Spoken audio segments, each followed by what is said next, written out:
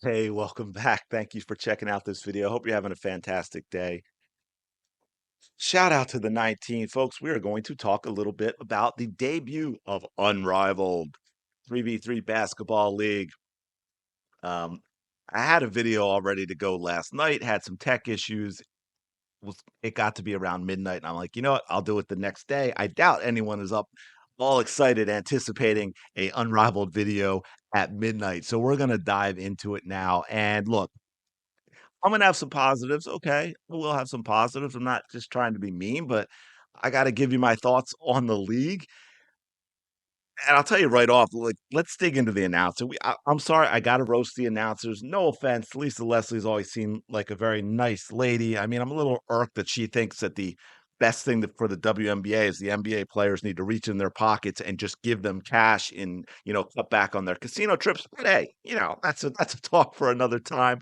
But man, the announcing was absolutely painful, like physically painful. Made my ears bleed. Ben Daniel and I were going back and forth during the game on a bunch of stuff. I literally said that to him like 10 minutes later. Someone on X said the same thing. So I was like, oh, good. It's not just me. But seriously, it was awful. Had they ever announced before? Because it did not sound like it. I swear they got a list of words and they were told, here, say these words. I get they want to hype the league. All right, I understand. Say these words as often as possible. Context doesn't matter. Just make sure you say them like every 30 seconds.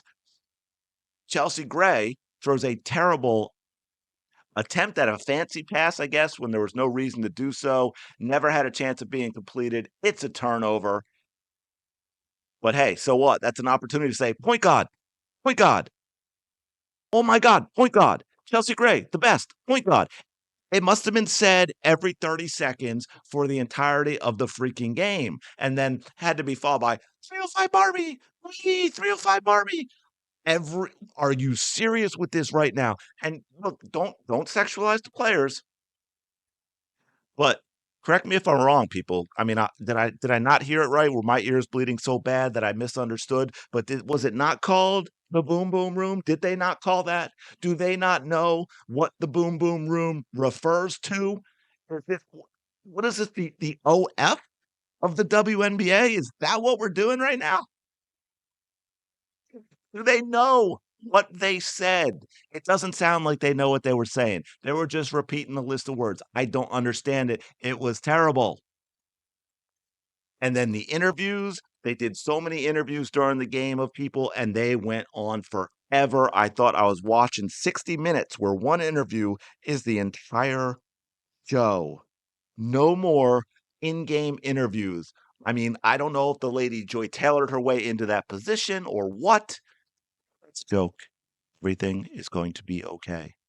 Uh, but no more of them. And the lighting was horrific. You could not see anything going on beyond the court. The whole vibe was like a couple of mid high school teams playing in front of 35 people.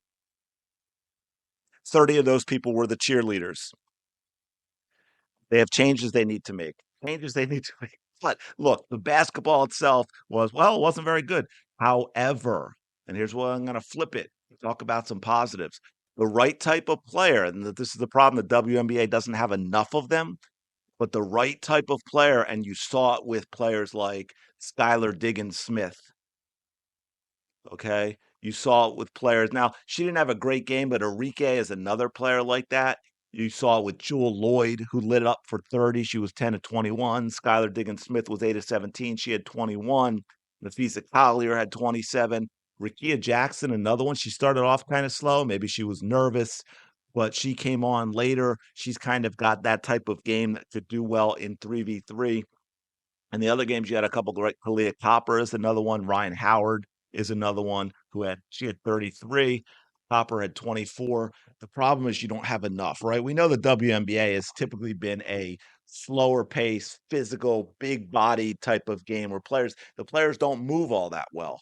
That's not a negative. That's just a reality. They're very physical. They're very big, and they bang. And that's the type of game that's always been played in the WNBA, and it needs to change. It's not good for 3v3. That's the other thing. The I don't want to use the word negatives, but the negatives of the way the WNBA played are amplified in 3v3 where you have a higher tempo and more space. Now, they did for the most part try and play that higher tempo, and that's why think you see the few players who play the style of game that I think is attractive to fans that will grow it. They dominated the players I just mentioned, right? Ryan Howard, Skylar Diggins Smith, players like that, Jewel Lloyd. The problem is right now there just aren't enough of them. There's out of the 30, what, 35? I think it's 35, right? One team still has a wild card. Am I correct with that? Players in the league, there's maybe, I don't know, eight that really could be out there and play 3v3 the way you want to see it. Derek Hamby's actually another one of the few bigs in the league I think can do it. And then the other, of course, Ben Daniel mentioned this to me, and I agree. Is Asia Wilson? She's probably the only real like big, the only center in the WNBA, and I think it's the reason that she dominates. That is a little more athletic. She moves a little better. She's a little more mobile, a little more explosive. And if you look at her in terms of body type, and you look at her and you look at traditional power forwards and centers of the WNBA, she looks very, very different, doesn't she? She looks like an explosive athlete, right? She's leaner, she's more muscular. She's actually a sort of taller, bigger frame version of Caitlin Clark in how she looks. That's why I always said this nonsense about Caitlin Clark and the physicality is ridiculous because Caitlin Clark body type and the way she moves, that athleticism, that's the future of the WNBA. That's the type of player they need more in the WNBA. And look, they also have probably the players who would be best at this aren't playing. Caitlin Clark would be fantastic in this league, 3v3. Kennedy Carter would be fantastic in this league, 3v3. Kelsey Mitchell would be fantastic in this league for 3v3. It's just so it's a mixed bag. There are too many players that don't play well in this league, that don't play, aren't going to, their skill set, their movement, it just doesn't go.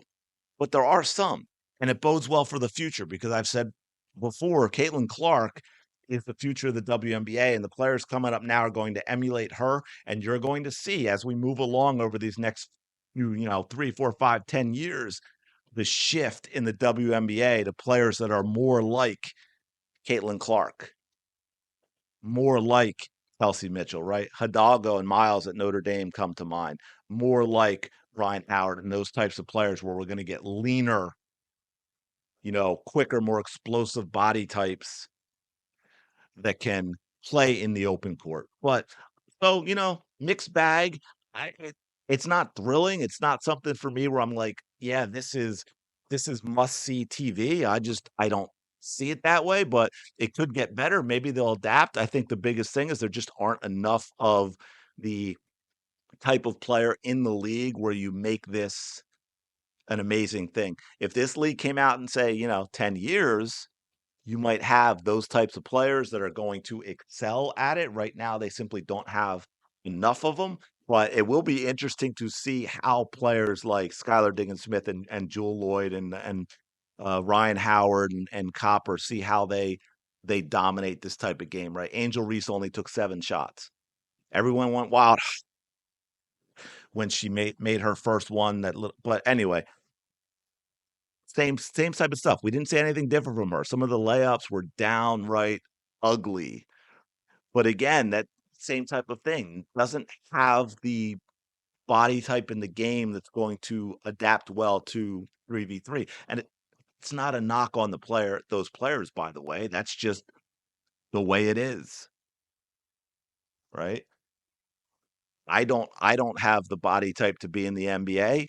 So, is that criticism? That's just kind of reality of the situation, I guess. But I'm going to leave it there. Let me know your thoughts in the comments below. What you think? Did you watch it? Are you going to watch it going forward? Are you maybe just going to, you know, support a few certain players that you like?